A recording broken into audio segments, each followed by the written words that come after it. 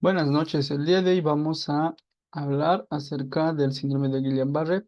Este es un tema muy interesante y tiene su importancia últimamente, bueno, los últimos meses, porque ha generado pequeños brotes en ciertas ciudades en Latinoamérica, uno en México, otra el año pasado en Perú, y es importante que los médicos pues, generales tengan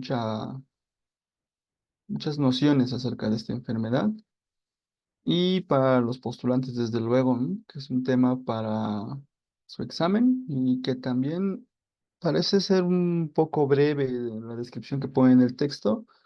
Sin embargo, hay ciertos párrafos que están un poquito áridos, hay fisiopatología y todo eso, pero es importante entender eso para poder entender a toda la enfermedad como tal. Pues el síndrome de Guillain-Barré. Inicialmente, el libro de Harrison no lo menciona, bueno, la epidemiología y el resto. Sin embargo, yo he tratado en esta oportunidad tal vez de abordar un poquito a un paciente en general, porque muchas veces hay casos clínicos, nos enfrentamos a pacientes que vienen a tu consulta y te dicen que están débiles, y pues tú tienes que de una u otra manera tratar de entender cuál es el sitio anatómico que está lesionado, que está afectado. Bueno, para empezar, tenemos que entender que para abordar un paciente con debilidad, tenemos que entender que la actividad muscular, eso que te permite levantarte de tu cama, caminar, etcétera, está modulada por varios centros nerviosos, de arriba hacia abajo, desde la corteza cerebral. Ya hemos hablado del lóbulo frontal, la circunvolución precentral y el músculo motor de Penfield. Desde ahí está la primera motoneurona, a sus cuerpos neuronales a nivel de la corteza, que viajan hasta otro centro que son otras neuronas que se encuentran en los ganglios basales. Luego, estas neuronas tienen una comunicación con el cerebelo y el núcleo rojo, la formación reticular, el núcleo vestibular lateral, todo eso a través de lo que es un trayecto desde los ganglios de la base hacia lo que es el tronco encefálico. Ya posteriormente eso se va hacia las astas anteriores de la médula espinal.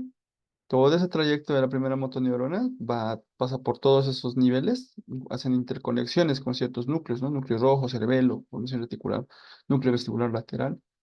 Estas conexiones que es la primera motoneurona, una vez que ya ha habido influencia de parte de estos centros integradores del movimiento, reguladores del movimiento, en el asta anterior de la médula espinal se encuentra el cuerpo neuronal de la segunda motoneurona, la sinapsis que se ha hecho con la primera motoneurona va a salir de la médula espinal y va a salir por los nervios raquídeos hacia lo que es el músculo, ¿no? Donde va a realizar la sinapsis, lo que es la unión neuromuscular.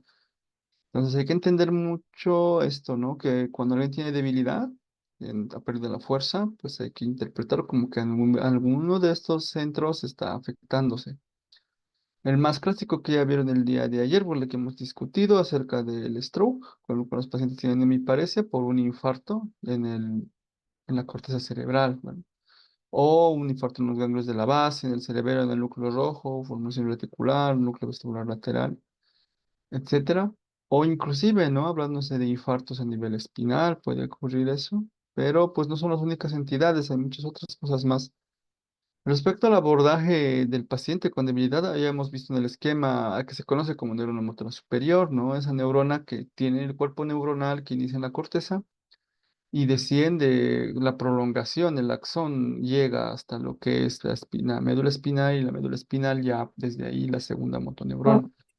Es importante entender que la diferencia entre estos dos síndromes, ¿no? El de la neurona motora superior, motoneurona inferior, cuando un paciente tiene una enfermedad del músculo como tal, o cuando el paciente está presentando una debilidad psicógena, ya sea por recibir un beneficio secundario o por algún trastorno mental que llegue a tener o inclusive que esté haciendo crisis focales psicógenas, ¿no? Entonces, nosotros tenemos que ver que existen diferencias. Nada más importante, bueno, y acá los profesores en neuromuscular siempre referían en las escuelas de neurología que todas esas diferencias, una de las más importantes siempre va a ser los reflejos de estiramiento muscular. Desde que ustedes empiezan a tener un poco de contacto más con los pacientes en las cátedras de semiología, tienen el reflejo de martillo de reflejos y han podido apreciar pues que solamente en ciertas circunstancias se los llega a utilizar. Sin embargo, en pacientes que 5 viene 50. tienen ¿No está ahí mi debilidad, mamá? Mi hermano, mi papá. No viene menos. No. los pacientes que tienen debilidad, hay que entender en los reflejos osteotendinosos si los mismos están exaltados, hiperactivos, será secundario una afectación del neurona motora superior.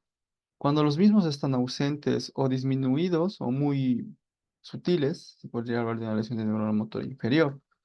Esto está más que relacionado sobre todo porque cuando existe una lesión de la neurona motora superior, está más relacionado a que ustedes vieron que la neurona motora superior tiene muchos centros de regulación, ¿no? O sea, centros integradores del movimiento, cerebelo, núcleos basales. Hay más elementos que se encargan de regular este movimiento. Entonces, cuando están afectados estos centros de que están acá arriba, pues estos procesos que regulan la calidad del movimiento pues están disminuidos y la motoneurona inferior no tiene un control. Entonces, por eso tiene un aumento de lo que es la intensidad de los reflejos osteotendinosos. Hay otras diferencias adicionales, ¿no? Atrofia, fasciculaciones, el tono muscular. El paciente está con una hipertonía, puede llegar hasta ser espástico en situaciones avanzadas en la neurona motora superior. Atrofia se refiere a la disminución de la masa muscular como tal. Claro que atrofia y tono pueden parecer cosas similares, pero atrofia es la apariencia que tú tienes cuando lo ves y tono es esa, cuando tú haces movimientos activos, movimientos pasivos al explorar el movimiento muscular, valora si hay dificultad para completar los arcos de movimiento. Entonces ahí tú puedes ver tono, ¿no? Para ver tono tú tienes que intervenir. Pero para valorar la atrofia tú tienes simplemente que observar, ¿no? Que ese paciente, en tu observación, está con menor masa muscular. En la neurona motora superior, a no existir un estímulo constante de la contracción muscular, el tejido que no es utilizado empieza a atrofiarse, entonces empieza a tener una atrofia importante.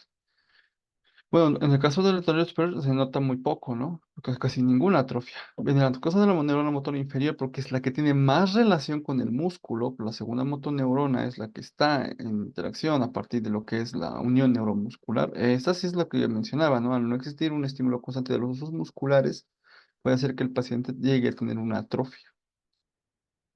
Las fasciculaciones son movimientos involuntarios que llega a presentar un músculo y eso generalmente se ve en la neurona motora inferior también. Y la distribución, ¿no? Al tener una afectación central un poco más, más craneal de una lesión neurológica que llegue a este nivel, llega a darte un mayor compromiso muscular, es regional, ¿sí? Puede ser todo un hemicuerpo, puede ser solo una extremidad, cosa que es muy diferente en la neurona motora inferior, donde casi es muy segmentaria, ¿no? Un músculo como tal, solo ciertos grupos musculares, entonces, un compromiso mayor, un compromiso menor. Una manera de diferenciar esto, ¿no? Las miopatías, si bien dentro del examen del libro de Harrison no hay miopatías como tal, tal vez en la reumatología, miopatías autoinmunes, pero cuando hablamos de las miopatías, ya no hablamos de sistema nervioso periférico o central como tal, sino hablamos de una enfermedad del músculo como tal. Acá tendrán que ver que hay diferencia en cuanto a lo que son los reflejos y hay un poco más de importancia en esto. Esta es la diferencia más importante.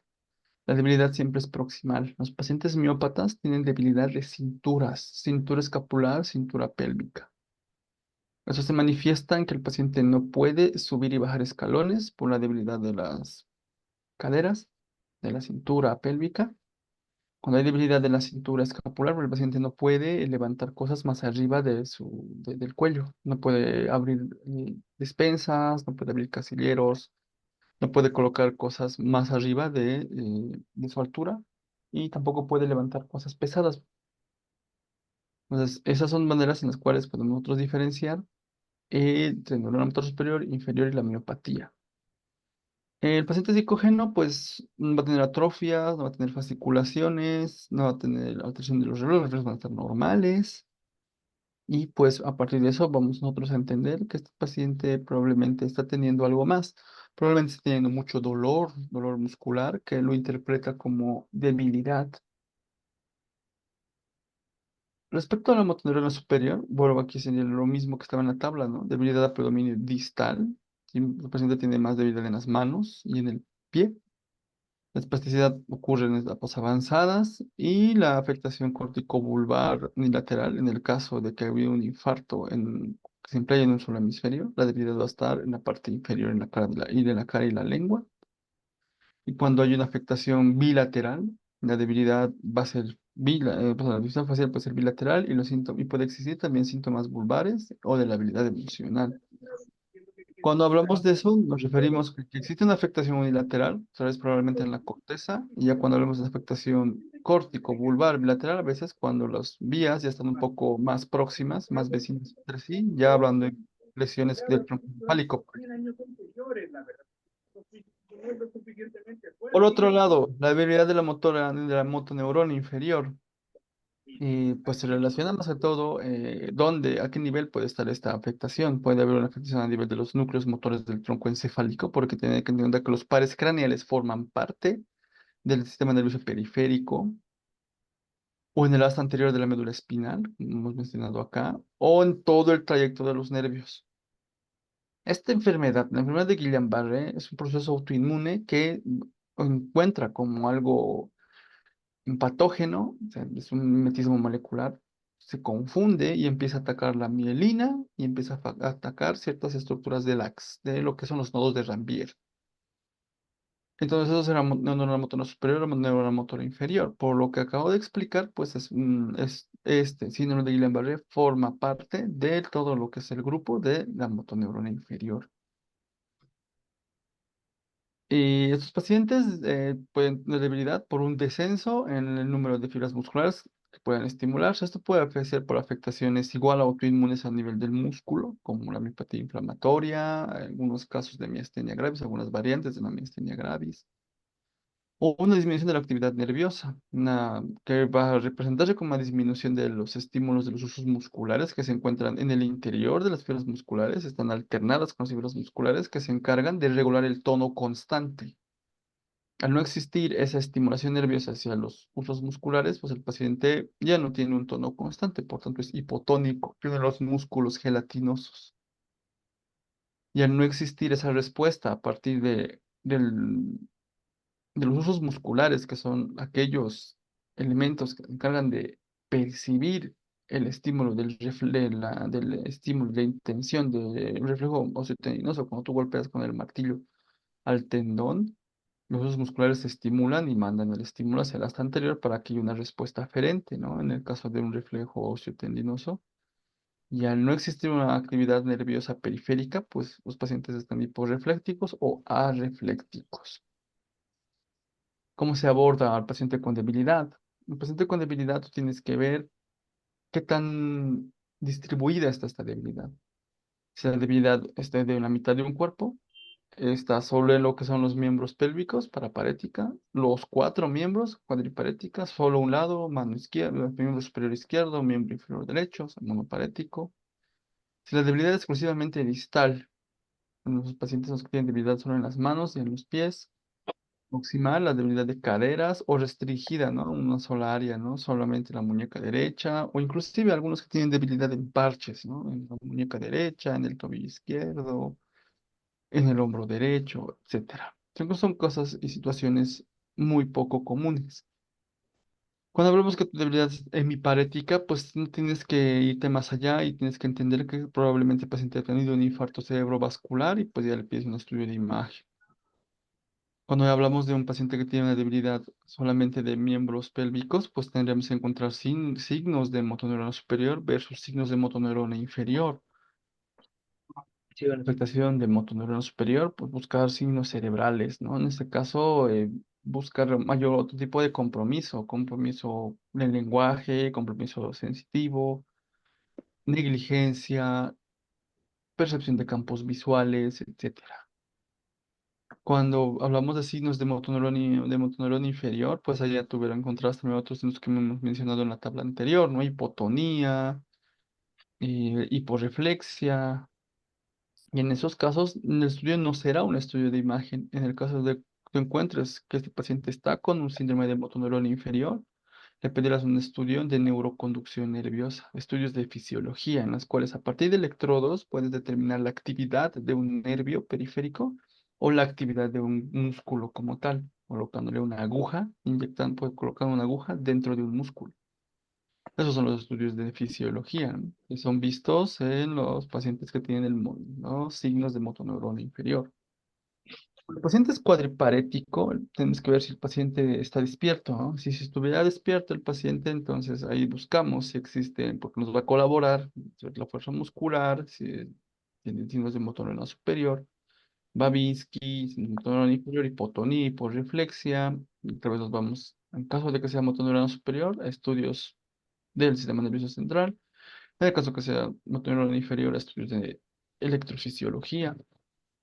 Cuando hay monoparesia, también puede estar comprometido lo que es la motoneurona superior. Hemos visto que puede haber un infarto ya en la cara medial o en la cara lateral de la circunvolución precentral, una circunvolución motora. Entonces, pues, en los cuales puede haber un debilidad a predominio braquial, a predominio de lo que son los miembros inferiores.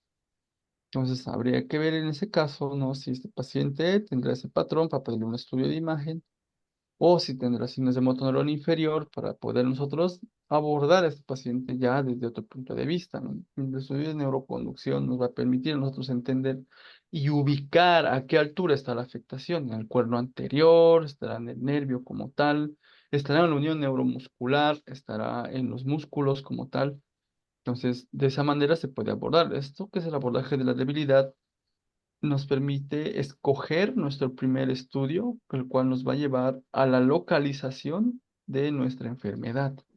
Entonces, ya teniendo en cuenta esos conceptos iniciales, hablamos del síndrome de Guillain-Barré, también conocido como polirradiculoneuropatía aguda, ¿no? La polirradiculoneuropatía quiere decir poli, compromiso de raíces y nervios.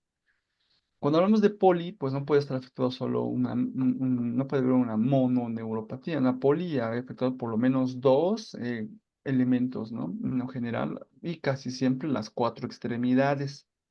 Cuando habla de raíces, el paciente tendrá un compromiso en las cinturas, debilidad de la cadera, debilidad de la cintura escapular. Cuando habla de neuropatía, ya el paciente tendrá debilidad no solo a nivel proximal en las caderas, en la que son las cinturas, sino también presentará debilidad distal, en lo que es la mano y lo que es el tobillo, ¿no? O sea, mano, piernas. O sea, la debilidad es global, ¿no? Lo mencionan también como una debilidad ascendente. Y se refiere ascendente a que el paciente primeramente va a presentar síntomas en miembros pélvicos antes que empezar a presentar síntomas en miembros torácicos. Es autoinmunitario, la incidencia, la prevalencia es mayor en varones que en mujeres. Eso es un concepto global en todo el mundo. Guillain-Barré afecta más a varones. Y generalmente los más afectados son los adultos antes que los manifestaciones clínicas, todas aquellas referidas en lo que es el síndrome de motoneurona inferior. Estos pacientes a los pocos días ya pierden los reflejos osteotendinosos. Puede, como no, presentar manifestaciones sensitivas. Y esto más que todo se refiere al grosor de las fibras sensitivas. Ustedes entienden que hay nervios motores y nervios sensitivos. Los nervios motores pues se encargan del movimiento. Los sensitivos, ya sea el grosor. Los grosores de gran calibre se encargan de regular lo que es la percepción vibratoria y aquellos relacionados con los usos tendinosos, aquellos que permiten la percepción del martilleo cuando le estás valorando. Entonces, primero se va a afectar siempre en las enfermedades inmunomediadas, en los nervios. Los primeros afectados siempre van a ser los nervios más gruesos y más largos. Entonces, por eso primero se van a afectar los miembros pélvicos y lo primero que se va a afectar generalmente siempre va a ser el reflejo del tendón de Aquiles, el reflejo aquiliano. Desflujos profundos comprometidos, patrón ascendente. De ascendente primero se comprometen los miembros pélvicos, luego los miembros torácicos.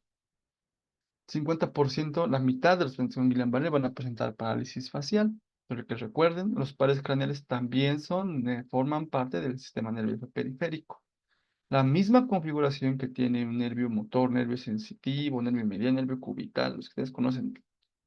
Estos nervios tienen la misma configuración que un par craneal. Entonces, los pares craneales también se pueden comprometer y la mitad de los pacientes con Guillain-Barré tienen parálisis facial. Y eso es un tip dentro de la clínica, de la práctica clínica diaria. Si tú tienes un paciente con parálisis facial bilateral, es casi seguro que él está teniendo un cuadro inmunomediado, una enfermedad de Guillain-Barré.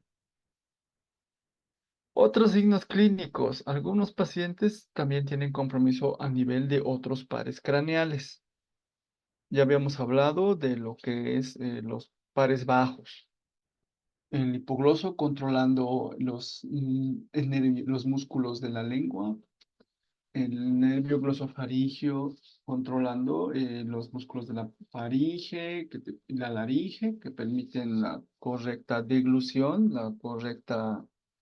el correcto manejo de secreciones respiratorias y la correcta vocalización. Entonces, los pacientes que tienen compromiso vulvar van a tener mal manejo de secreciones, de alteraciones de la deglución, disfonía o la voz baja. No todo paciente con Guillain-Barré hace compromiso vulvar, son algunos raros, son los pacientes que tendrán compromiso vulvar. Ocurre, pero no siempre.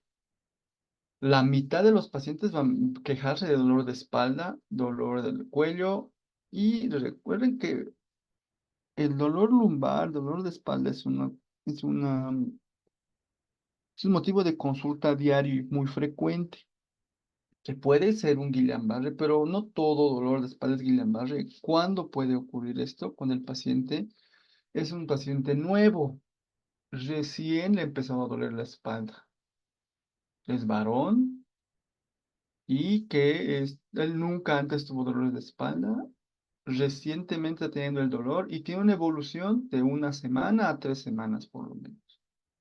Doctor, Los una pacientes consulta, perdón. Cuando habla de debilidad vulvar en la parte de la literatura, o sea, ¿se refiere a la parte respiratoria o a qué par craneal está afectando, doctor? Se habla de debilidad vulvar por el bulbo raquídeo. El vago también forma parte de lo que es la emergencia del bulbo raquídeo, ¿verdad? Entonces, cuando hablamos de alteración de vía respiratoria, también nos referimos al centro neumogástrico, ¿no? Al centro de la regulación de la respiración. Entonces, también se afecta a eso, ¿no? Y se llama vulvar porque tiene compromiso del bulbo raquídeo. Y el bulbo raquídeo, la emergencia de los pares craneales bajos. Dentro de ellos, el vago, el glosofaringio, el hipogloso. Gracias, doctor.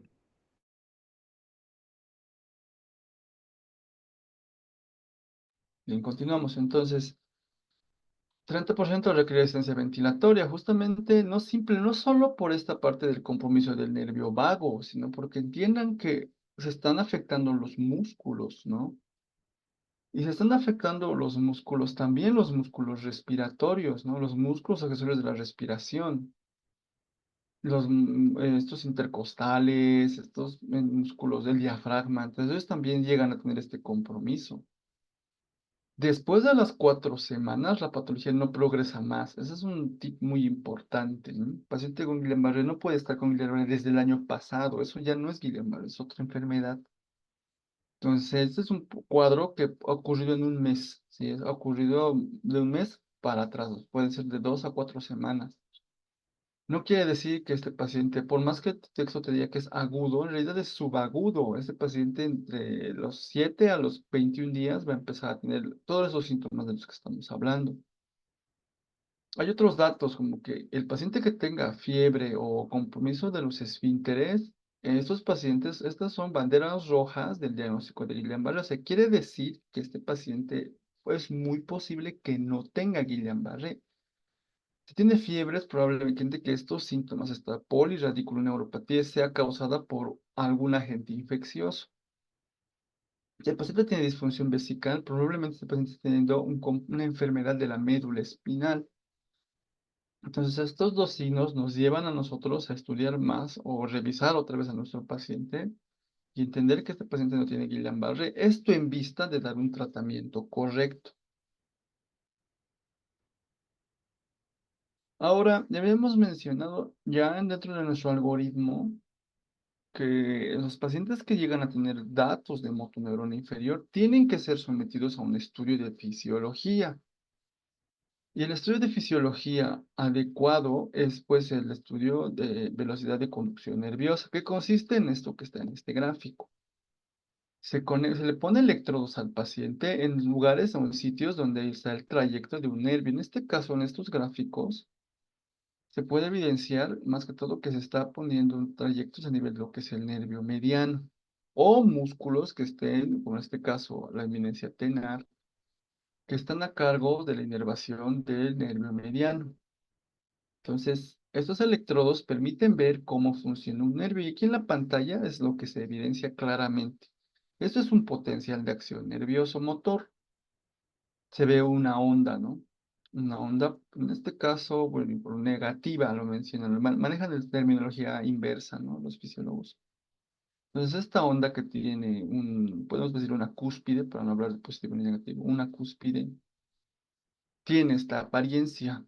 Ahorita, pues, interpretar eso es de conducción, no te voy a enseñar, pero te voy a enseñar lo elemental, lo básico. Entonces, aquí hay mediciones, ¿no? La duración, cuando empieza la cúspide de la onda, cuando está empezando a subir esta onda, y cuando termina, eso es la duración del estímulo. La latencia es el tiempo que requirió este estímulo, todo este tiempo que requirió el estímulo para poder mostrarse en la pantalla. Todo eso es la latencia, el tiempo que se tardó la onda para aparecer. La duración de la onda desde que empieza la cúspide hasta que termina. La amplitud, qué tan alto llega esta cúspide, ¿no? Esta onda. Entonces, no es muy difícil entender. Tres elementos que necesitan saber: la latencia, cuánto tiempo tardó la onda en aparecer, cuánto duró la onda desde que empezó hasta que terminó, y qué tan alto llegó a ser, la amplitud. Porque más allá cuando veamos las variantes del Guillain-Barré, nos vamos a entender un poco mejor esto.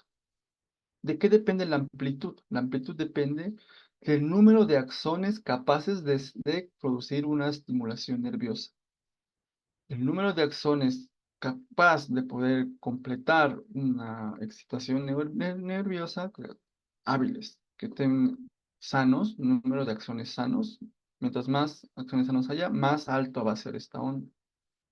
¿De qué depende la duración? O sea, que esto sea más rápido, ¿no? Y que no esté muy lento y que esté tardando demasiado, que sea rápido, como esta es una onda saludable. ¿De qué depende la duración? ¿De qué depende que sea rápido este estímulo y que haya una buena latencia también? Depende de la mielinización.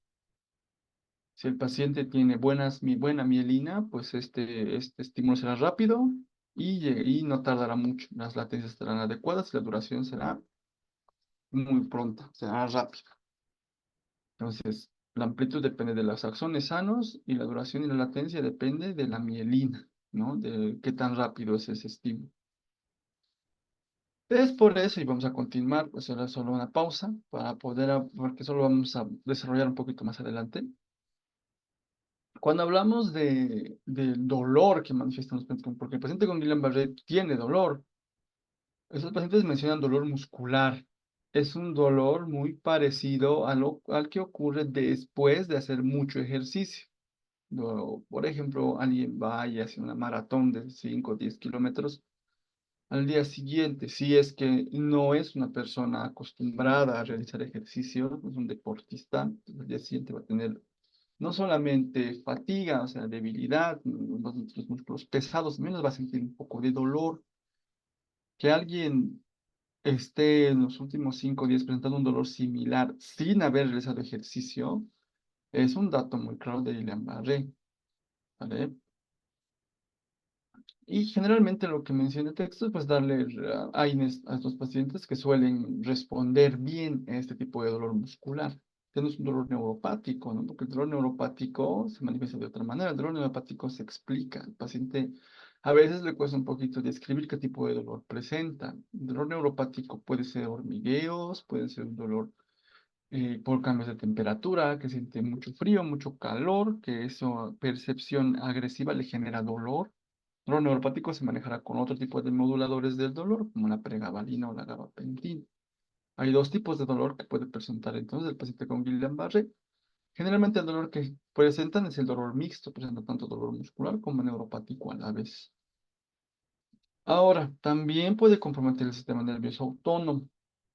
Porque de todo ese mapa de nervios que ustedes han visto en los atlas de anatomía, también se encuentran los filetes nerviosos delgados, aquellos nervios que llegan a todas las vísceras, a todos los órganos como tal, al corazón, a los vasos sanguíneos, al colon, al intestino, etcétera, que hace que el paciente presente múltiples síntomas. El más llamativo es la fluctuación de la presión arterial. Todo paciente con Guillain-Barré, la mayoría, casi todo el caso, se debería internar. Los pacientes con Guillain-Barré internados, dentro de sus controles de signos vitales por turno, se evidencia que tienen cambios bruscos de la presión arterial. Este paciente en la mañana estaba hipotenso, estaba 80-60, y en la noche, en la tarde, está en 150-100, más.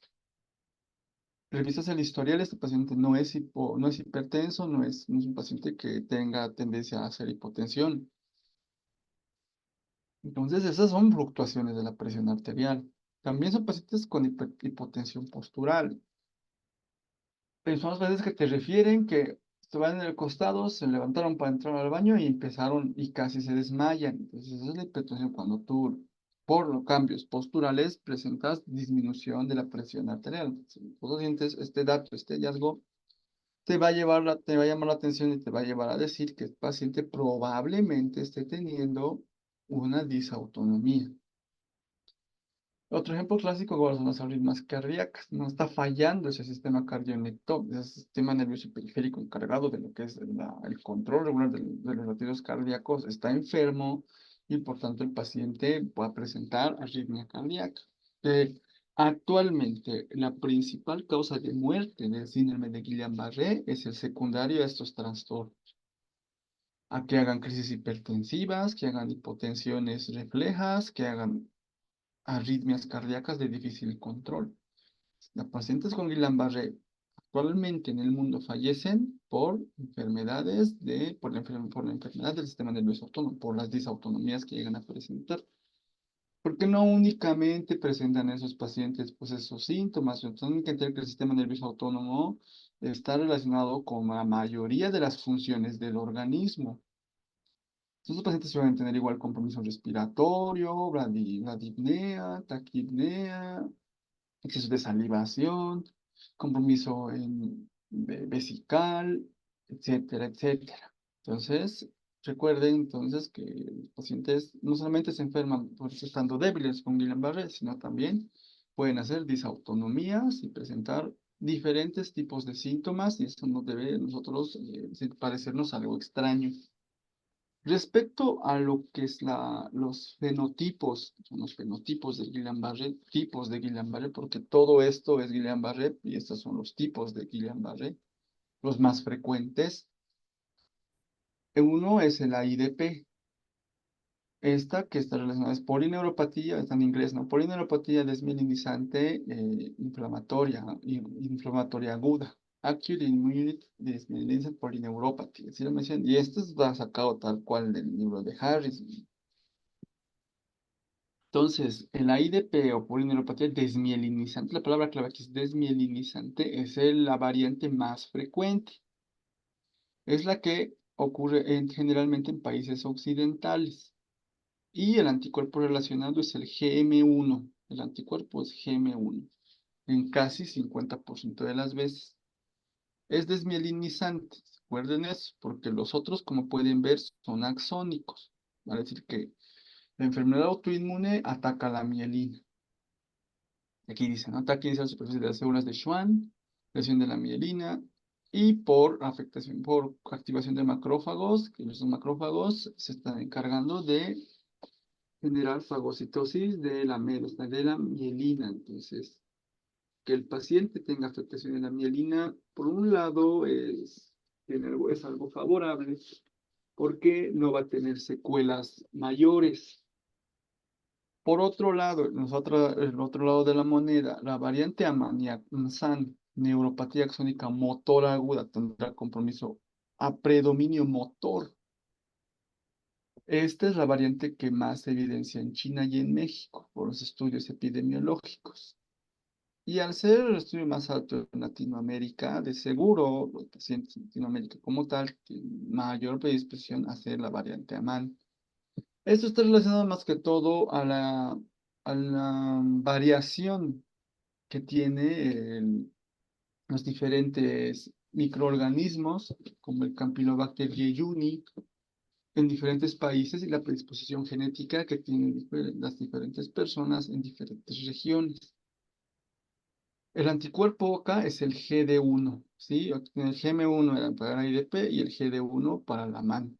Esas son pues, preguntas de examen casi seguras. ¿Por qué se llama GM1, GD1? Más adelante les voy a explicar. Es axónico. En este caso, el afectado, lo que el sistema inmunitario está atacando ya no es la mielina, está atacando como tal a los nodos de Rambier, que en la primera clase habíamos mencionado que eran esos espacios por donde se ejercía la conducción saltatoria. Los macrófagos, en este caso, van a estar fagocitando al axón.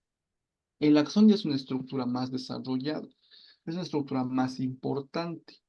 La mielina solo es el cobertor del axón. De esa manera, tú entenderás que si tú tienes una variante desmielinizante, pues tendrás menos secuelas porque tu sistema nervioso es periférico, no es central, periférico, puede regenerarse.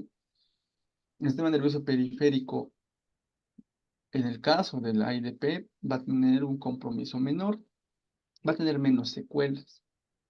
Y el AMAN, por otro lado, al afectarse el axón, es una estructura más desarrollada, más avanzada, más útil, que la mielina solo es su cobertor, que te afecte todo el axón como tal, te va a generar mucho mayor discapacidad. Esos pacientes van a estar meses haciendo rehabilitación física para volver a su estado normal. En cambio, los pacientes con desminimizante generalmente simplemente son unas cuantas semanas. Pero eso, pues, viendo desde el punto de vista fisiopatológico. Pero viendo desde el punto de vista global, las disautonomías son la principal causa de muerte, pero las disautonomías generalmente únicamente se ven en el AIDP, en el tipo desmielinizante inflamatorio, porque estas fibras son tan delgaditas que están afectándose también por una actividad inmunitaria a partir de una afectación exclusiva de la mielina. Entonces, por eso tiene sus pros y sus contras ambas. AIDP te va a dar menor discapacidad, la MAN te va a dar mayor discapacidad las siguientes semanas, meses, pero al mismo tiempo tienes mayor predisposición a fallecer por una disautonomía generada por esta variante. Bien, hemos hablado de afectación del nervio periférico, mielina o axón. En el caso del síndrome de Miller-Fisher, esta es una variante muy distinta. El Miller-Fisher tiene estos síntomas: oftalmoplegia, que es debilidad de la mirada, ataxia, incoordinación motora y pérdida de los reflejos. Es la triada del síndrome de Miller-Fisher: oftalmoplegia, ataxia y areflexia. Y los anticuerpos afectados son el GQ1B. Estos pacientes, como puedes ver aquí, no habla de debilidad. Estos pacientes no tienen debilidad a menos de que hagan síndromes de transposición. Ya que tengan la parte de Miller-Fisher, también la MAN, la MSAN, pueden combinarse los síndromes, así como se combina el lupus con la artritis reumatoide, el lupus con la esclerosis. Puede combinarse también este tipo de Guillain-Barré, sobre todo el Miller-Fisher. Sí, entonces los overlaps, ¿no? Este caso Acá menciona que el diagnóstico puede ser axónico o desmielinizante, sí, pero como también algunos pacientes con Miller-Fisher no tienen ningún hallazgo, o sea, tienen un electrodiagnóstico normal. Puede ser axónico, desmielinizante como normales. Tal vez le pueda faltar acá en esa tabla, pues como parte, como yo lo menciono, como algo adicional, no honor a la verdad. Son muy poco frecuentes. Entonces, por eso tal vez no está del todo descrito o es una entidad muy difícil de entender. Pero estas tres mencionadas previamente sí son muy frecuentes, sobre todo las dos primeras. Recuerden lo que quiere decir sus abreviaciones, AIDP, la D de desmielinizante y AMAN la A de axónico. Vamos a ver más adelante cómo se puede representar esto en lo que es un estudio de neuroconducción. Estas son las variantes del Guillain-Barré, más todavía una tabla un poco más extensa. Se ve un compromiso ya sea sensorio-motor, que es el clásico, o sea, el paciente tiene no solo debilidad, también tiene disminución de la sensibilidad vibratoria. Un compromiso exclusivamente motor y también tiene mucho dolor, por si acaso este paciente. El paciente de compromiso motor, exclusivamente debilidad. El paraparético, muy poco frecuente, que puede confundirse fácilmente con una enfermedad medular, porque parece que tiene un nivel medular. El faringo cérvico braquial, igual muy poco frecuente. Los pacientes que tienen compromiso, tienen muchos signos vulvares. El paciente que presenta parestesias, hormigueos distales y que presenta parálisis facial bilateral. Aquel paciente que únicamente tiene compromiso sensorial. Es el Miller-Fisher, como pueden ver acá, no está mencionado ni la debilidad, que es lo que se ve aquí con líneas rojas. No tiene alteraciones sensitivas, pero sí tiene una afectación del cerebelo. Por eso está incoordinado, no puede coordinar los movimientos y también al estar una afectación del cerebelo y el tronco encefálico, no puede, tiene una debilidad en lo que son los movimientos oculares. Entonces, este Miller-Fisher pues no tiene ni debilidad ni afectación sensitiva. La encefalitis de Bickerstaff es una variante de lo que es el Miller-Fisher y el Bickerstaff tiene un compromiso más de la conciencia. Estos pacientes están muy adormitados, duermen todo el día, ¿sí? Y se despiertan, te atienden un rato y se vuelven a dormir. Este es un compromiso del sistema reticular ascendente. Es otra variante de Guillain-Barré. Pues esos Guillain-Barré son muy poco comunes, pero los más frecuentes con los que tienen que quedarse ustedes son con el clásico, el motor puro, el motor sensitivo y lo que he mencionado, el Miller-Fisher. Hay otras variantes que sea de esta tabla, que hay algunas, ¿no? Pues que solo tienen compromisos sensitivos, la prolongación de este gráfico, ¿no? Pacientes que tienen compromiso motor sensitivo grave con oftalmoplegia, estos tienen el anticuerpo GQ1B. Aquellos que solo tienen compromiso en el cuello para arriba, aquellos que pueden estar haciendo un mimetismo por citomegalovirus, ellos tienen el anticuerpo GM2. Y los que son pandisautonómicos agudos, o sea, que nunca antes en su vida habían tenido hipertensión, hipertensión, no habían tenido ninguno de esos síntomas de disautonomía y los han tenido con una instauración de una sola semana, de unas cuantas semanas.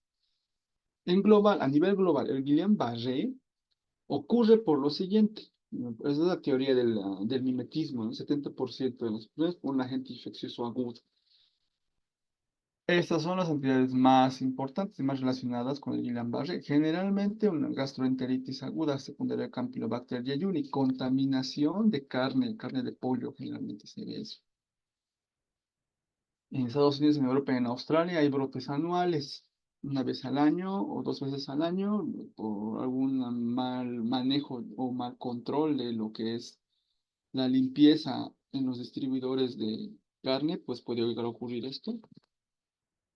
O en áreas o ciudades con población pobre, con bajos niveles de salubridad. Todos los virus que estén relacionados al herpes, citomegalovirus, Epstein-Barr, etcétera.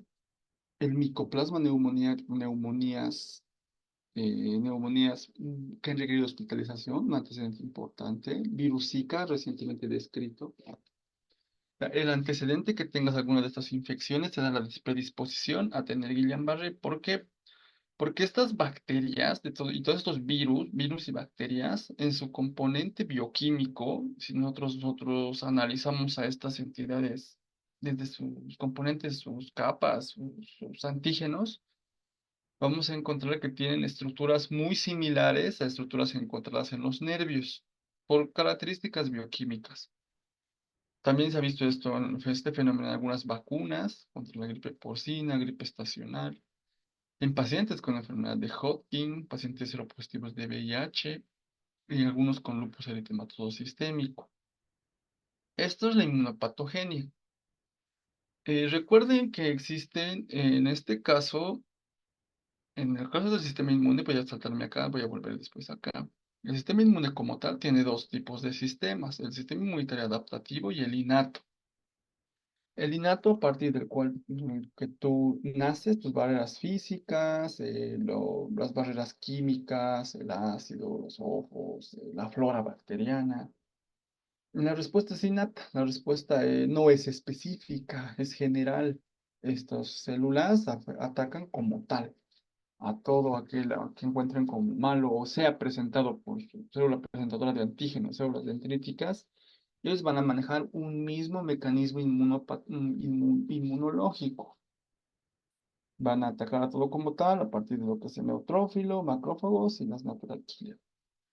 Pero hay entidades que se resisten a esta inmunidad, son muy difíciles de combatir.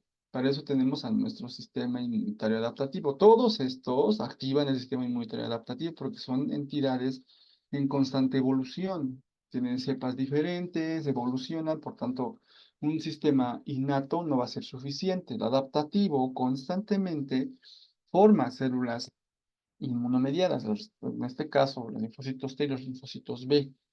Los linfocitos T encargados de la inmunidad celular y los linfocitos B encargados de la inmunidad humoral. La inmunidad celular, que creen, pues que está mediada por células y la humoral está mediada por anticuerpos. Ese vamos a encontrar la diferencia más importante. Dentro del Guillain-Barré, el que está relacionado a todo esto son los producidos por los anticuerpos. ¿Sí? Porque en algún momento ha aparecido este Campylobacter jejuni.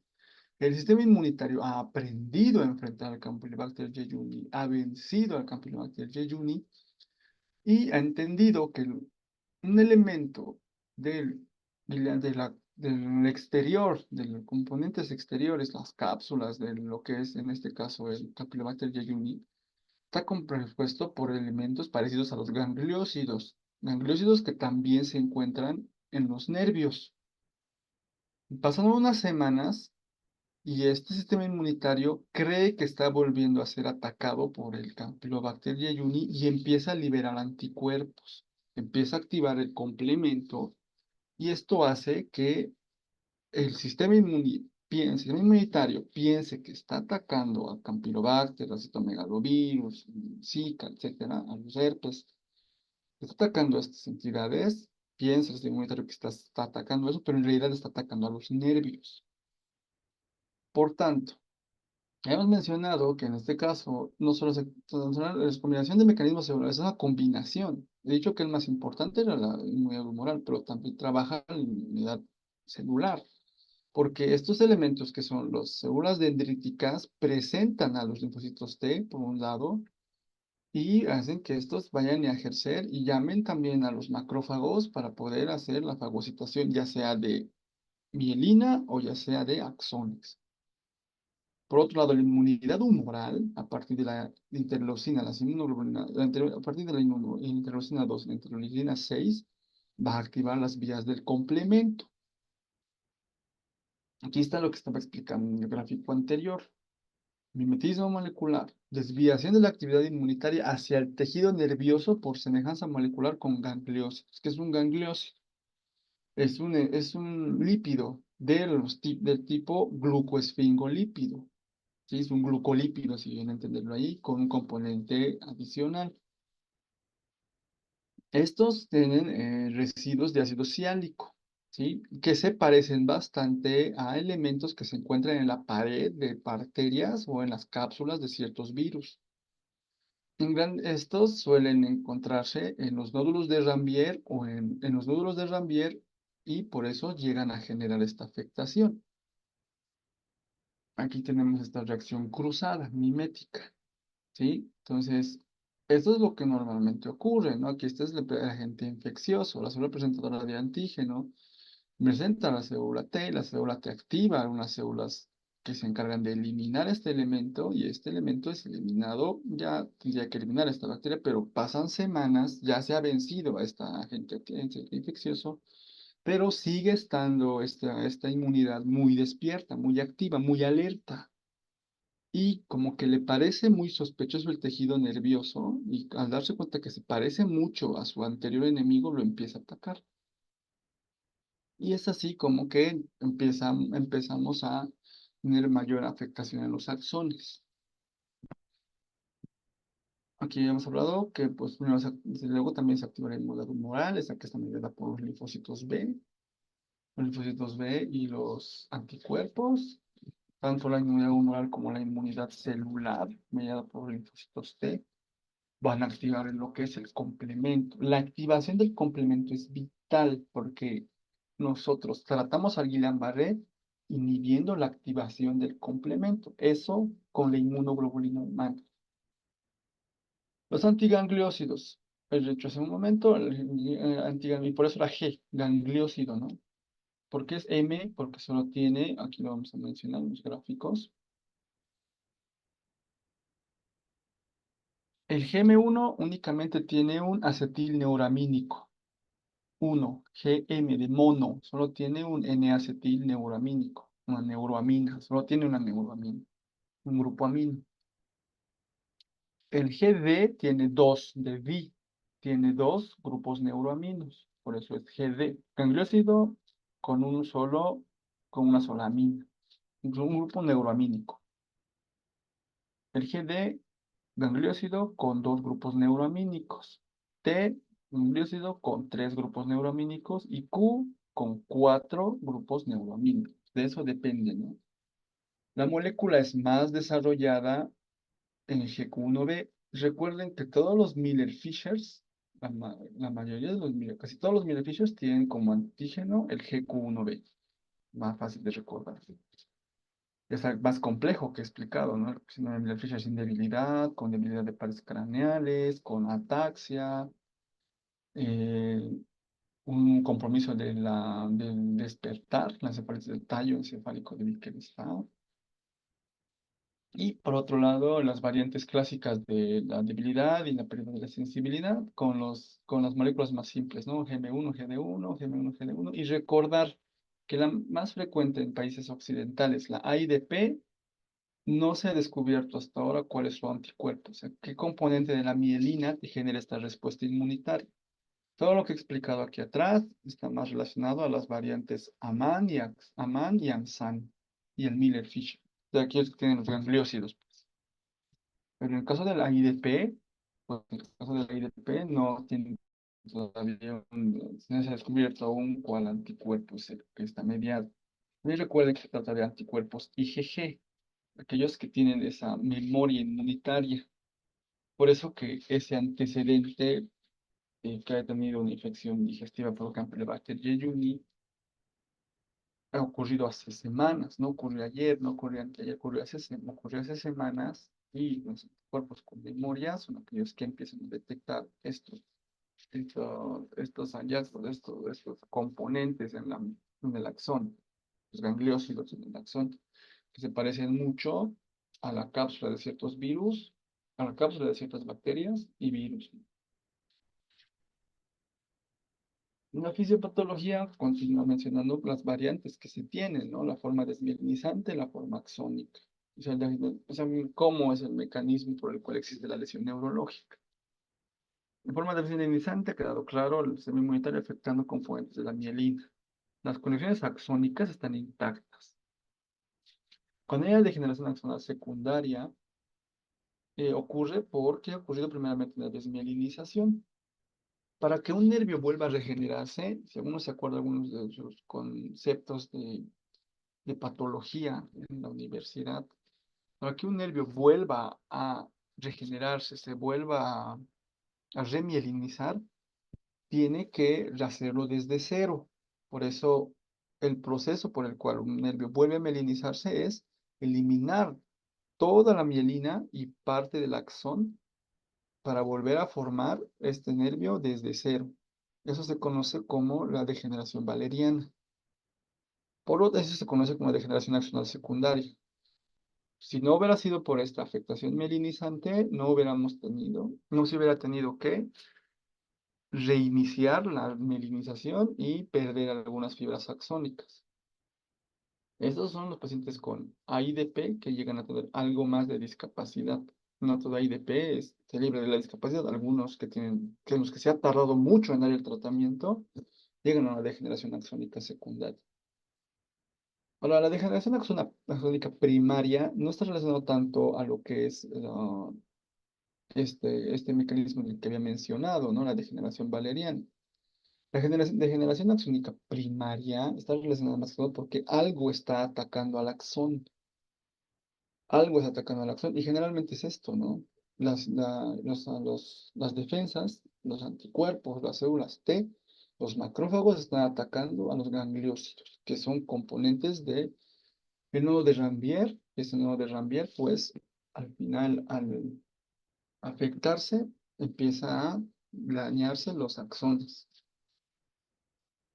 Es una diferencia de estos elementos. Este cuadro que está aquí al lado derecho, que estoy señalando, muestra un nervio normal. El que está a la mitad es uno que está sufriendo un daño axonal primario y el que está en el lado izquierdo un daño desmielinizante nada más.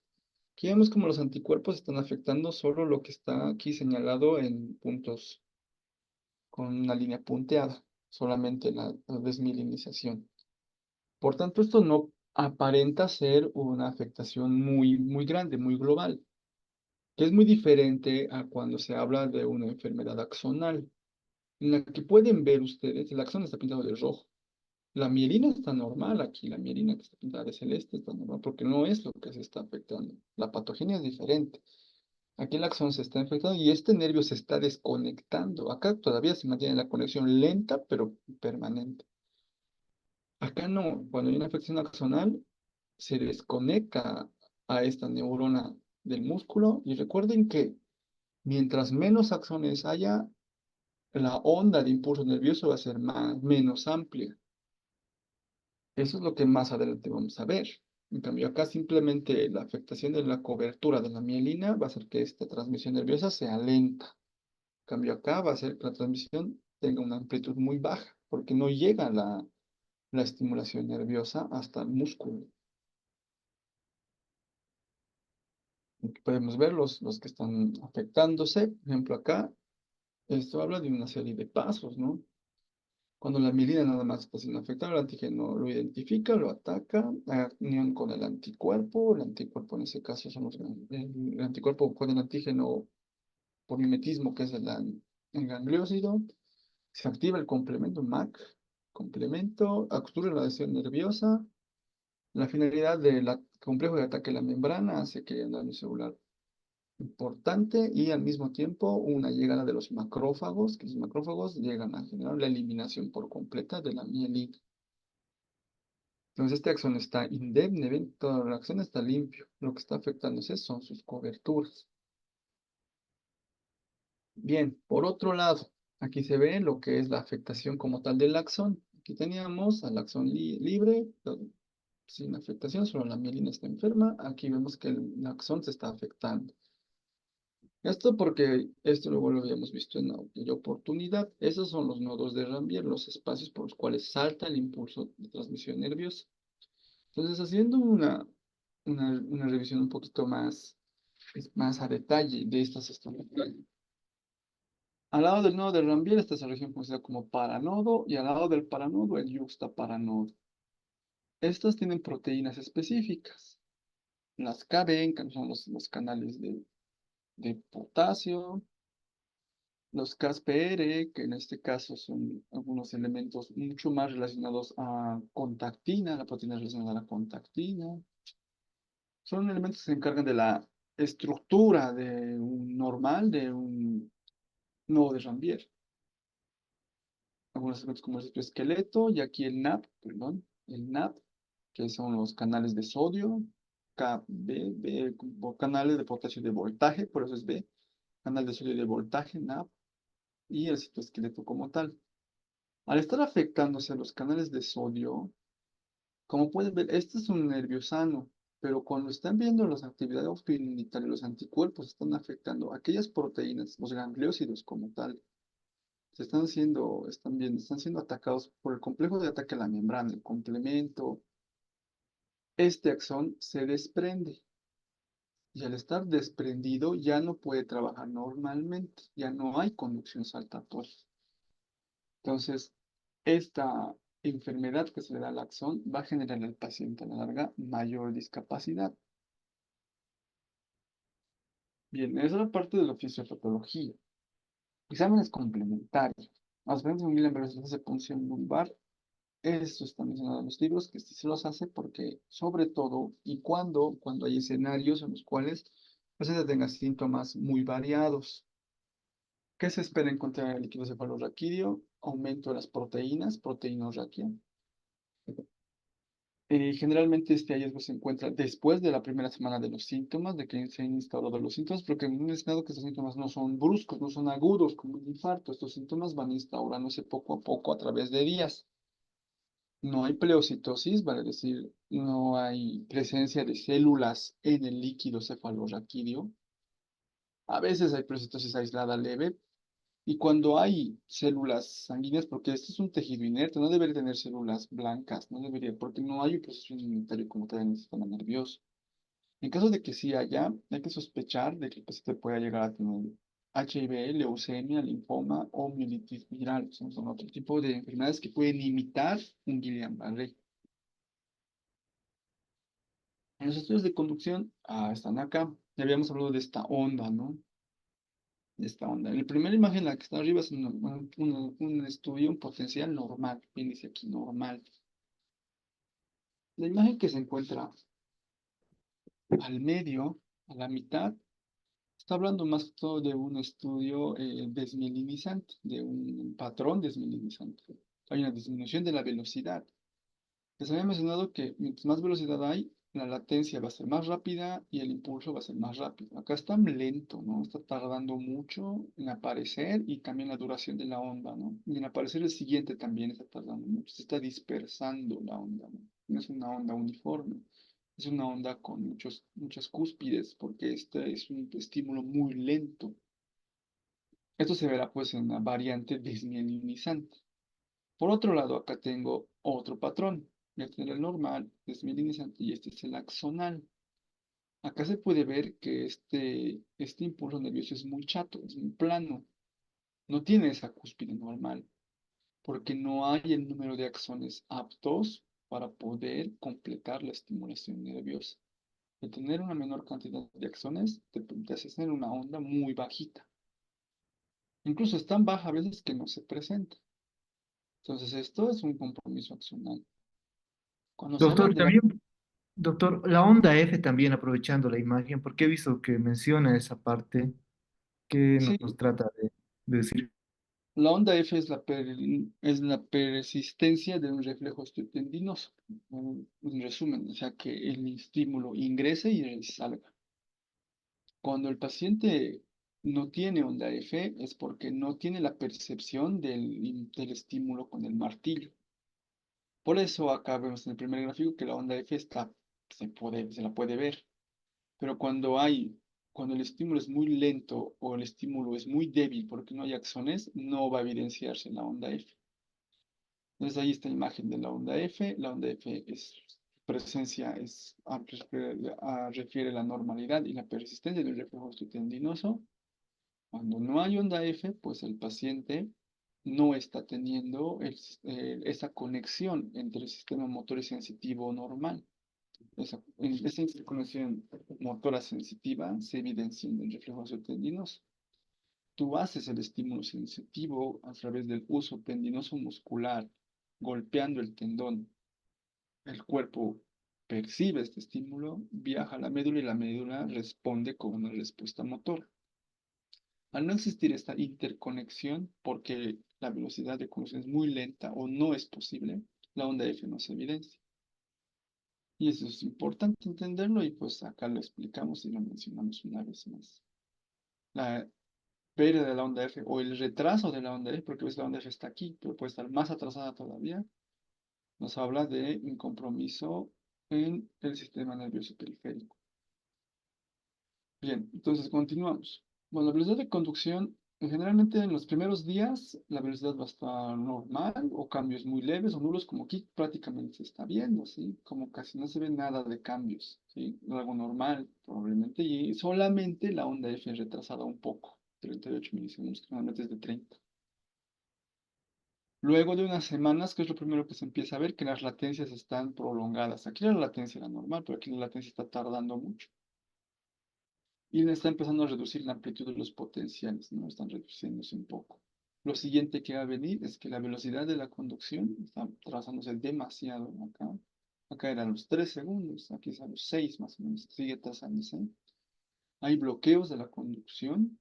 Eso solamente se ve cuando se comparan diferentes estímulos, proximal y distal. Por ejemplo, este, donde hay un estímulo proximal, pero no hay un distal, se ha bloqueado la conducción, ya no hay el siguiente.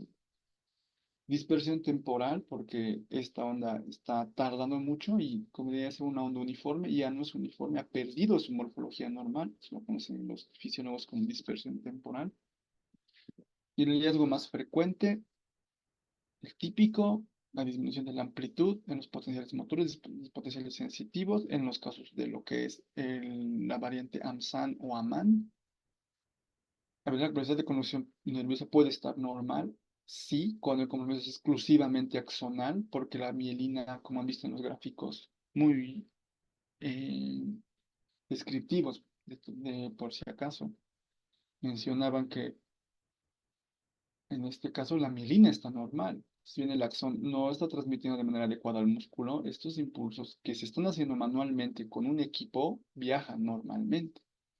Por eso la velocidad de conducción nerviosa es normal. Este es un frecuente típico en las variantes axonales, por cierto. Por tener la mielina normal, las latencias también van a estar normales, simplemente va a estar baja la amplitud.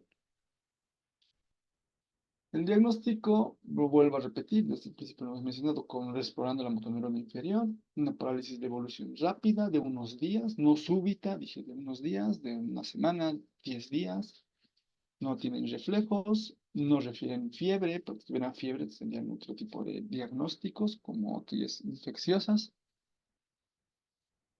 Hay un antecedente infeccioso de exposición, como el del Campylobacter. Y esto, pues más que todo, lo vamos a hacer con lo que es, vamos a poder relacionar un poco con lo que son los criterios de Brighton. Entonces, acá tenemos la tabla. Acá tenemos 3 niveles de certeza.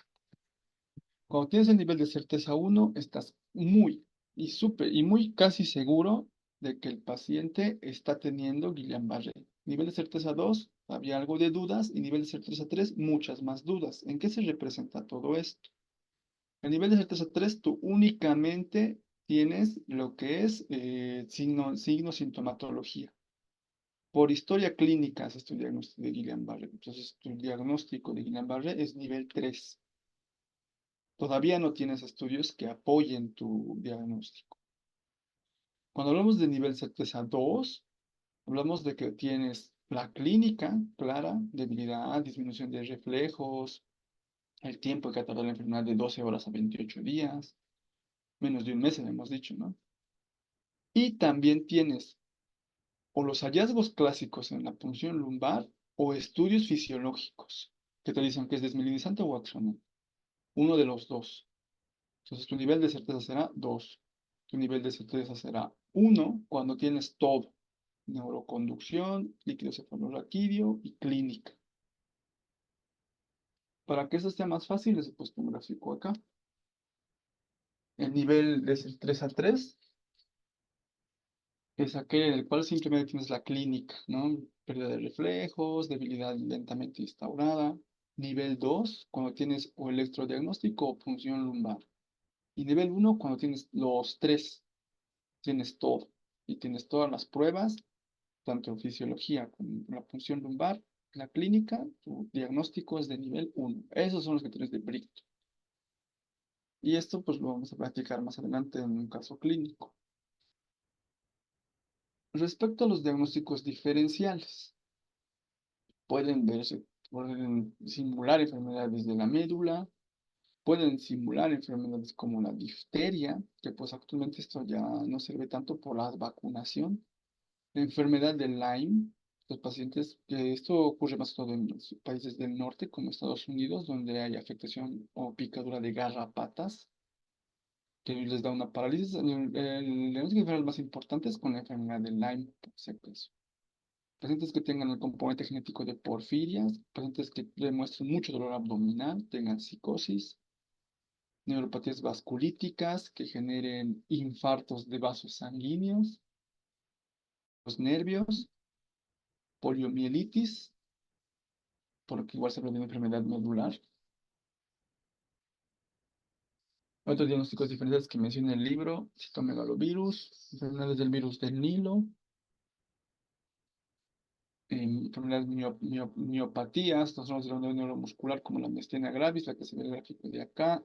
Todo paciente que presente ptosis, caída del párpado asimétrica, es un paciente que casi 90% de las veces se trata de miastenia gravis. Vuelvo a decir, paciente que tenga ptosis unilateral o ptosis asimétrica, o tenga doble ptosis, pero una ptosis más pronunciada que la otra. Los pacientes tienen el compromiso de la unión neuromuscular, que pues miastenia gravis es algo que como conocimiento general no podrían tener momento de diferenciarlo, ¿no? Porque hay variantes de Guillain-Barré que dan compromiso de pares craneales. Hay otro tipo de enfermedades más raras: la intoxicación por mariscos, hipofosfatemia grave, o intoxicaciones por el órgano fosforado, que pueden dar compromiso subagudo de los nervios periféricos. Doctor, la anterior imagen, la resonancia magnética, ¿se ve la cola de caballo o es inusual eso?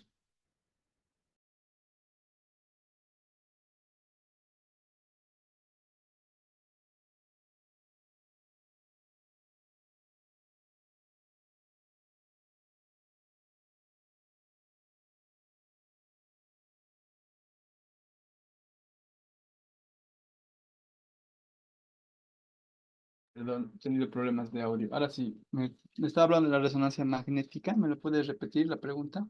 Sí, doctor, la anterior imagen que se veía en la resonancia magnética, bueno, he leído que se ve la cola de caballo o es inusual. Bien, aquí cuando hablamos del síndrome de cola de caballo, estos pacientes llegan a tener otro tipo de síntomas. Por ejemplo, ellos tienen hipoestesia en silla de montar. Eso quiere decir que toda la región del suelo pélvico, no, ellos, pues, en el estudio que se les hace, no llegan a presentar sensibilidad en esos niveles. La sensibilidad está abolida a ese nivel. Es la manera en la que puedes diferenciar la cola de caballo. Este gráfico, más que todo, está hablando de otro tipo de lesiones medulares, como por ejemplo aquí, como placas desmielinizantes en la médula espinal. Es otra imagen muy diferente porque la cola de caballo está pues en la región sacra, ¿no? Entonces no tengo ese gráfico acá, pero la manera en la cual se va a poder diferenciar es con lo que es la hipoestesia en silla de montar. Porque los pacientes tienen igual pérdida de reflejos, tienen debilidad ascendente, pero por lógica igual ellos no llegan a tener debilidad en los miembros torácicos. Por lo tanto, puede un poquito guiarse hacia lo que es la variante paraparética, que es muy poco frecuente en el Guillain-Barré.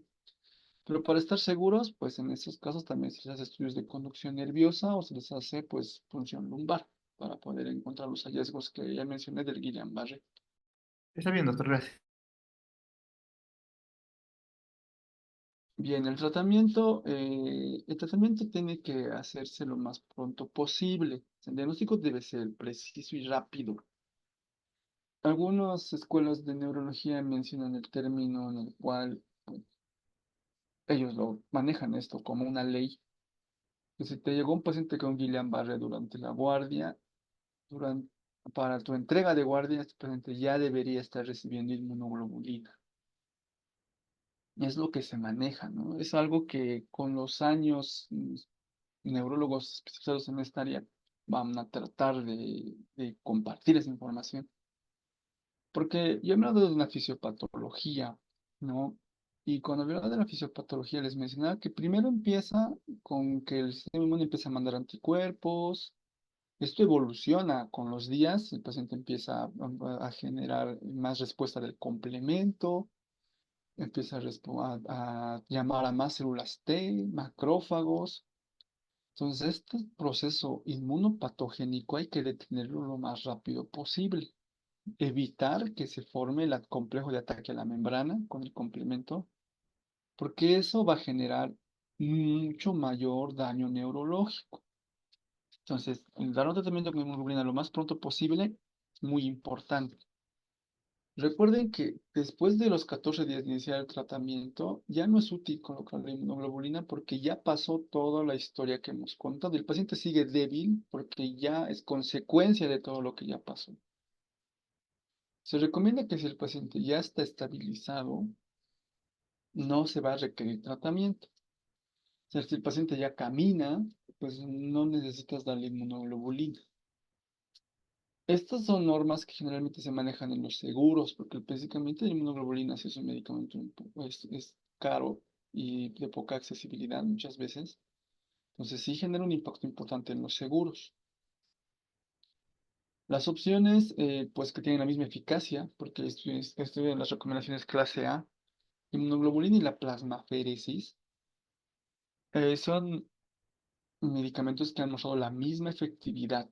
La plasmaféresis no es un proceso en el cual se le conecta al paciente, le pone un catéter venoso central, en el cual se toma el plasma, se mete a algunos filtros, empieza para retirar estos anticuerpos, filtrarlos y volver a pasarle el plasma, ¿no? En eso trata la plasmaféresis. El que ya no hay anticuerpos va a hacer que no se llegue a la activación del complemento. La inmunoglobulina va a detener todo lo que va a detener la activación del complejo de ataque a la membrana. Entonces, ambos tienen casi el mismo objetivo dentro de lo que es detener el avance del Guillain-Barré. Tanto inmunoglobulina como plasmaféresis son ideales. Cualquier otro tratamiento que se quieran dar, corticoides, complejo B, etcétera, no es útil, no es beneficioso. Por otro lado, respecto al tratamiento, el que iniciemos pronto el tratamiento va a ser y va a evitar que el paciente requiera ventilación mecánica. Va a hacer de que el paciente recupere de manera completa la funcionalidad, paciente que ya está en las sesiones de fisioterapia de manera adecuada, este gráfico. El resultado no es inmediato. El paciente se le pasa inmunoglobulina hoy, mañana no va a estar caminando, mañana no va a estar volviendo a casa. Tarda por lo menos una semana que se pueda recuperar esta funcionalidad. La falta de mejoría con el uso de un tratamiento no significa que requiera un diferente tratamiento. O sea, que el paciente a los 2 o 5 días no esté caminando de nuevo, no quiere decir que tengas que volverle a dar inmunoglobulina o le tengas que cambiar. Ya pues, si inmuno, ahora le vas a dar plasmaféresis. Eso fenómeno se ve generalmente en las unidades de terapia intensiva. La regeneración de lo que es un nervio como tal ocurre muy lentamente, tarda mucho. Generalmente se habla que 1 milímetro tarda un día en regenerarse, 1 milímetro del nervio. Ponte uno que sea pues de 10 centímetros, de 15 centímetros, va a tomar su tiempo. En algunos casos, sí, algunos casos va a haber recaída, o sea, a los 30 días, o sea, después de que el tratamiento, ahora se maneja el libro como 30 días, pero es 21, actualmente 21 a 30 días. El paciente, después de que le has dado la inmunoglobulina, ha ido mejorando, en los 30 días está volviendo a presentar, se puede en ese caso, solo en ese caso, volverle a dar la inmunoglobulina o volverle a dar la plasmaféresis. Repetimos, porque eso tiene efectividad. Y muchos de esos pacientes van a unidad de cuidados intensivos porque les dicen que hacen falla respiratoria. Guillain-Barré ascendió y llegó hasta músculos respiratorios y el paciente no puede respirar, va a requerir un apoyo ventilatorio. Son pacientes que se benefician de una traqueostomía y una instalación de traqueostomía temprana para poder evitar su internación prolongada en una unidad de cuidados intensivos. Inmunoglobulina G es el tratamiento, ¿no? Una mayor seguridad, una mayor facilidad, porque es un medicamento que se le puede pasar al paciente incluso ambulatoriamente. En países como Europa, estos pacientes reciben su tratamiento en su casa. Hay mayor ventaja en pacientes que tienen la variante MAN, variante Miller-Fisher. Se han evidenciado estudios que han mostrado mayor beneficio en esas variantes. La MAN, recuerden que es la variante que en Latinoamérica se ha descrito más. La dosis, 2 gramos kilogramo de peso dividido en 5 dosis. Existen actualmente inmunoglobulinas genéticamente más desarrolladas, que pueden inclusive pasarse en 2 o 3 días. No generan el efecto de la trombosis venosa que se ha visto en las primeras inmunoglobulinas producidas. El mecanismo de neutralización de los autoanticuerpos, para evitar que estos lleguen a activar la cadena del complemento. La plasmaféresis, 40 a 50 mililitros kilogramo, 4 o 5 veces en una semana. Una semana el paciente está internado porque se usa con catéter venoso central. Se lo hace a veces en días alternos, un día sí, un día no, un día sí, un día no. Si está una semana internado, 4 veces lo recibirá y un día antes de irse de alta, una vez más. Tiene el mismo beneficio que la inmunoglobulina. 85% de los pacientes va a lograr una recuperación funcional hasta los 12 meses. Importante que muchas veces, a veces el paciente se preocupa porque no recupera sus reflejos rápidamente, pero eso pues, se menciona que a veces es lo último que se llega a recuperar. ¿Qué pacientes tienen un peor pronóstico? Pacientes que han presentado, pacientes con edad avanzada, más de 60 años. Aquí es que primera valoración es encontrado compromiso sensitivo mayor, o sea que las 4 extremidades están comprometidas, no solo a nivel distal, también proximal, que el paciente haya tenido una lesión axonal, o sea que se evidencia en el estudio de conducción que los nervios en los estímulos motores proximales están más afectados, con una amplitud baja. Pacientes que han tenido un retraso en el inicio del tratamiento, vuelvo a insistir, el tratamiento tiene que ser pronto. 5 de ellos van a presentar esta recidiva tardía entre las 21 y 28 días. Aquellos que sigan presentando muchas más recidivas, más allá de esos días, suelen ser categorizados como CIDP, Guillain-Barré crónico, que tiene otro tratamiento, lo siguiente que voy a explicar. Solo un 5% llega a tener mortalidad. Mencioné de complicaciones pulmonares en la UTI, pero yo les mencioné que la causa actualmente más frecuente de muerte por Guillain-Barré es las disautonomías. Ahora pasamos a explicar el CIDP, la polineuropatía desminimizante crónica, generalmente en varones adultos. Esto es un Guillain-Barré, si quieren entenderlo así, que va más allá de las 9 semanas, más allá de 2 meses. Pacientes que hayan presentado, que estén presentando recaídas, lo has dado de alta bien al paciente, se en silla de ruedas, familiares, eh, le has dado le has dado el tratamiento con inmunoglobulina, vuelve en un mes, ya te le vuelves a dar inmunoglobulina, él puede haber una recaída, una,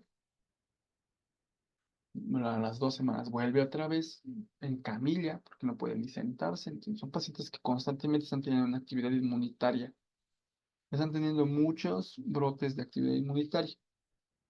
Estos pacientes tendrán, por tanto, otro tipo de fisiopatología. Tienen otro tipo de síntomas, van a tener temblor. Justo en sus brotes, sus temblores es bien frecuente. 75% tienen recuperación funcional razonable, pero muchos años después, este es un dato muy importante, estos pacientes no tienen compromiso de paredes craneales. Hemos visto que el Guillain-Barré, la mitad tiene afectación del nervio facial, algunos compromiso vulvar, otros compromiso de los oculomotores, y rara vez esos pacientes mueren. La fisiopatología del caso de la CIDP habla de la activación celular, de las células, la interacción de la célula T con el macrófago. La célula T tiene una estimulación igual la célula B, pues un compromiso simultáneo, tanto de inmunidad humoral como celular, y anticuerpos que van a atacar constantemente a los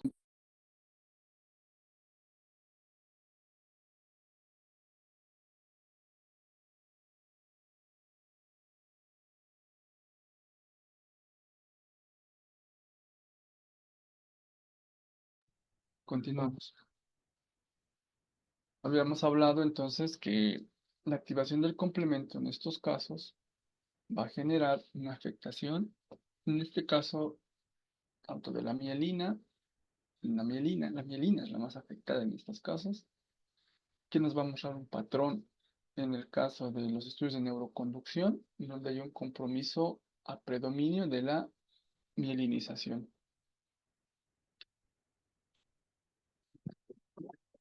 En esto tenemos aquí el cuadro resumen, porque el CIDP es de dos tipos, el clásico y el de inicio agudo.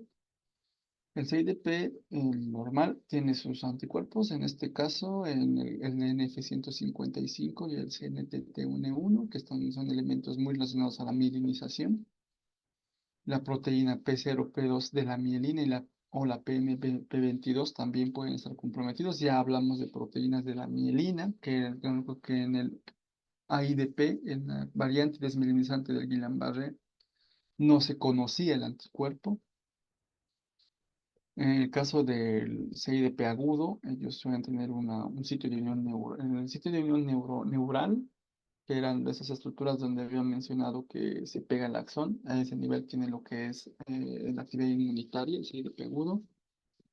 Las otras variantes del CIDP, como la neuropatía crónica sensitiva, tiene estos anticuerpos, estos anticuerpos de GLPG, CPGP, la mononeuropatía motora multifocal, el GM1, volvemos a recordar el GM1, el GD1, el GALNAC y la táxica sensitiva crónica, que son entidades que se encuentran desde luego muy peculiarmente, y el que tienen que recordar más que todo son aquellos que están relacionados con la inmunoglobulina M, porque todo lo que era Guillain-Barré y CIDP era inmunoglobulina G, pero la inmunoglobulina M tienen otro tipo de fisiopatologías, que aquí simplemente se describe en la tabla como tal, y llegan a tener tratamiento un poco mejor con otro tipo de medicamentos, como por ejemplo el rituximab. El diagnóstico con de la polioneuropatía desminimizante crónica, otra vez, va a estar a cargo de lo que es los estudios de neuroconducción. En el caso como es desmielinizante, pues los pacientes tendrán afectación de la velocidad de conducción, tendrán bloqueos de conducción, que se puede evidenciar en el gráfico de esta aquí, que está aquí arriba. Cuando esta de imagen de acá, que es muy similar a la que habíamos visto en el anterior, ocurre cuando el CIDP es muy avanzado, tiene bloqueos de conducción, ya no se ve el siguiente potencial, porque generalmente son dos potenciales, el proximal y el distal. Aquí únicamente se ve el proximal, pero no llegó a detectarse el distal. El líquido cefalorraquídeo suele mostrar proteínas altas, no muestra células. Y un caso bien importante, que lo mencioné en el libro de Harrison y sí vale la pena hablarlo, es que todo paciente con sospecha de CIDP, estos Guillain-Barré, estos cuadros de Guillain-Barré muy frecuentes y muy constantes y en tiempo muy seguidos, requieren un estudio de electroforesis de proteína porque ellos suelen tener a veces gamapatía monoclonal y suele ser la causa de que lleguen a tener este compromiso de la mielina. El tratamiento, en este caso, va a estar a cargo de lo que es la inmunoglobulina. Generalmente suelen dar a los pacientes los cuales ya suelen tener alteración de la marcha, pero en todo caso, todo paciente al tener una enfermedad inmunológica requiere tratamiento ya es crónica. Inmunoglobulina en la dosis similar a la que se había mencionado en el Guillain-Barré. Sin embargo, esto lo llegan a recibir por 3 meses. Cada mes internan para recibir bolos de inmunoglobulina, plasmaféresis durante 6 semanas. O el que se utiliza generalmente más es los glucocorticoides, la prednisona 60-80 miligramos por 2 meses, con una reducción progresiva de 10 miligramos por mes, hasta que el paciente admite y mejore en cuanto a lo que es su discapacidad, pueda volver a retomar lo que es la marcha. Cuando existe mucha resistencia al tratamiento previo, suele escalarse a todo tipo de tratamientos, en escalas avanzadas, con azathioprina, metotrexato, ciclosporina, rituximab, como tratamientos que se dan en enfermedades inmunomediadas un poquito más avanzadas. Bien, entonces eso respecto a este capítulo de síndrome de Guillain-Barré, y pues un tema largo, pero espero que les haya servido, pues quedo atento a sus preguntas. Doctor, buenas noches.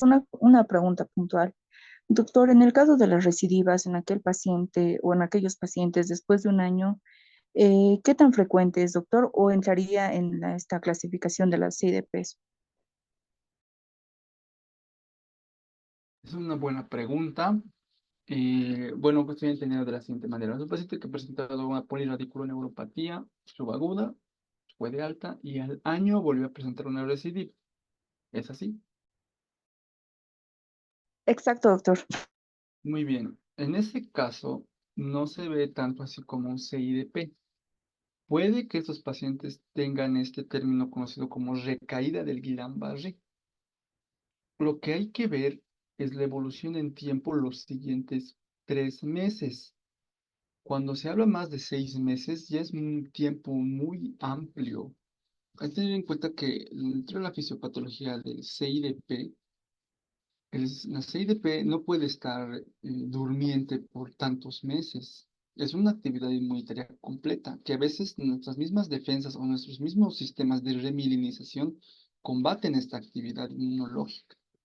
Entonces, cuando ya hablamos de un tiempo de un año, ya tenemos que hablar de una recaída de Guillain-Barré. O sea, este paciente, por azares del destino, volvió a presentar desde el principio otra vez otro mimetismo. Pero ¿cómo podemos identificar esto fácilmente y cómo diferenciamos a veces nosotros en que estos pacientes en ambos casos han tenido un antecedente epidemiológico, que es una gastroenteritis? 2 semanas atrás, en el primer evento, tuvo gastroenteritis. En un año, pasaron unas 2 semanas atrás, volvió a tener otro episodio de gastroenteritis y estas son dos cepas diferentes del Campylobacter. Entonces, por eso ha vuelto a haber otra actividad inmunitaria y esto ya es una recaída, ya no es una recidiva, si quieren entender, es mejor, una recidiva. Las recaídas son las primeras semanas, una recidiva del Guillain-Barré. Entonces, este paciente tiene Guillain-Barré. Ahora, ¿cómo vemos que el paciente tiene un CIDP? Que ha sido un año, mucho tiempo, más que todo porque estos pacientes tienen atrofia, están en silla de ruedas, tienen mucho temblor. En cambio, el paciente con Guillain-Barré se recuperó por completo en esos meses. Es decir, que puede ser hasta un año, pero generalmente son 6, 8 meses. Se recuperó por completo, volvió a estar tranquilo, tuvo una gastroenteritis y le dio otra vez Guillain-Barré. Esos casos, de esa manera se pueden diferenciar, son muy controversiales y son muy frecuentes de ver. Muy bien, doctor. Muchas gracias.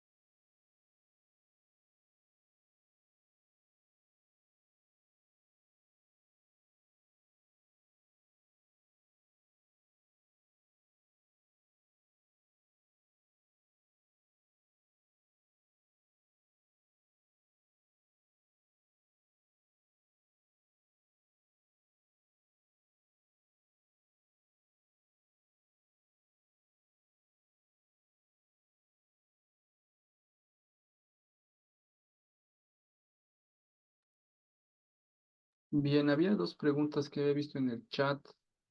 Una que hablaba de el tiempo Sí, de doctor, tratamiento. una pregunta era referente a la disfunción vesical o la incontinencia urinaria, cuando habla en el libro y también en otras literaturas que esto se da en casos graves y es transitoria y es poco común. Y otros hemos colocado como opción, digamos, la parte de lumbalgia o dolor lumbar, que es más del 50 o en el 50% que es común. Esa era mi pregunta, doctor. Ah, había una pregunta con eso, mencionando. A ver, la disfunción vesical. Aquí está. Esa es. En un, en un contexto en el cual tú tengas un paciente con Guillain-Barré, con los síntomas que ya hemos hablado, y presenta todo esto, ¿cuál de todo esto te llama la atención y te hace pensar que tiene una enfermedad medular, que tiene incontinencia esfinteriana? ¿Sí? Porque pacientes con lumbalgia pueden tener ambos, debilidad de miembros pélvicos ambos, ROTS ambos, parestesias ambos. Incontinencia esfiteriana casi siempre en el paciente con enfermedad medular. Pues claro, la disfunción vesical es diferente, porque la enfermedad esfinteriana es el esfínter el externo, esfínter anal, esfínter vesical. Y ahora la disfunción vesical hablamos un poquito de la vejiga, ¿no? La vejiga neurogénica, hiperactiva, que puede presentarse en Guillain-Barré, pero es muy poco probable, muy poco frecuente. Ah, ya. Ahí lo que decía entonces era por la parte autonómica, ¿no, doctor? Ándale. Incontinencia bacteriana. ¿No ve? Por eso es por el parasimpático, si no me equivoco, ¿no? Pero Así bueno, es, está exacto. bien, doctor. Gracias. Ha quedado más claro. Me he confundido. No te preocupes. Muy bien. Y había otra que mencionaba cuánto tiempo suele darse el tratamiento con inmunoglobulina humana. En Bolivia se realiza el cálculo con 2 miligramos kilogramo peso. Ese cálculo lo divides en 5 y para darle un día. O sea, el tratamiento total es lo que te va a salir con ese cálculo. Y le das el tratamiento dividido en 5 días. Lo divides en 5 ese tratamiento y le das uno el lunes, otro el martes, el miércoles, el jueves, el viernes. Son los 5 días. Existe la que es la high inmunoglobulina en otros países donde se puede pasar esta inmunoglobulina en mayor cantidad sin que exista el riesgo de que el paciente pueda hacer trombosis venosa. Los países que tienen la high inmunoglobulina high pueden pasar este tratamiento en la mitad del tiempo. Pueden pasarse lo de 2 días en un día, podrían pasarlo y podría el paciente internarse menos tiempo. Eso es muy útil en unidades de neurología donde hay bastantes pacientes o pacientes que sean de 60, 70 años que tengan un alto riesgo de tener complicaciones intrahospitalarias. Entonces, eso había visto y pues eso es una manera en la cual podemos nosotros eh, tener intervenciones de menor tiempo, ¿no? Yo sé que pues hay bastantes preguntas, incluso una que otra vez me hablaron sobre sus mismos pacientes que les llega su consulta. Y sí, pues, médicos en Bolivia necesitamos pues, necesitamos un apoyo respecto a esto. Hay problemas que no conocemos. Neurología es muy extensa, tiene mucha connotación, mucha clínica, se tiene que ver al paciente desde muchos puntos de vista. Así que les voy a pasar mi correo para que me puedan mandar algunas preguntas durante este tiempo que estén revisando, volviendo a repasar o alguna parte de la grabación que me haya quedado clara. Les estoy mandando acá en el chat y está mi correo, neuromuscular dice, y también acá mi teléfono por si quieren mandar algún mensaje, ¿no? Cualquiera de esos medios para poder comunicarse conmigo para poder en todo caso discutir pacientes, algunas cosas puntuales. Estoy pues presto a ayudarlos, no inmediatamente, pero pues sí les voy respondiendo poco a poco sus preguntas. Pues hay tiempo todavía, ánimo, pueden continuar repasando, estudiando todo esto. Y pues yo con esto me despido y pues ojalá hayan sido de utilidad estos 5 días de clases. Doctor, buenas noches. Gracias, doctor. Disculpe, Gracias, doctor. Gracias, doctor. doctor, Dígame. Gracias, doctor, doctor. Listo. A ver, doctor. última pregunta. Dígame. Sí, primeramente, doc, agradecerle, doc, por las clases. Realmente nos ha aclarado muchas dudas y demás, doctor. Muchas gracias. Que no sé si hubiera la posibilidad, doctor, si nos pudiera dar tal vez alguna clase extra de neuroimagen, doctor. No sé si fuera posible para fijar otra fecha, no sé, de neuroimagen, doctor. Pues eso ya directamente con los administradores podríamos coordinarlo y pues seguramente les van a ir informando pues según ellos, según la disponibilidad, porque hasta donde sé creo que ya tienen programadas las clases, ¿no? Tal vez hay un poquito de dificultad en cuanto a esa programación, pero a ver, hablamos con los administradores y a ver qué les dicen los días siguientes. Está bien, doctor, gracias. Hasta luego.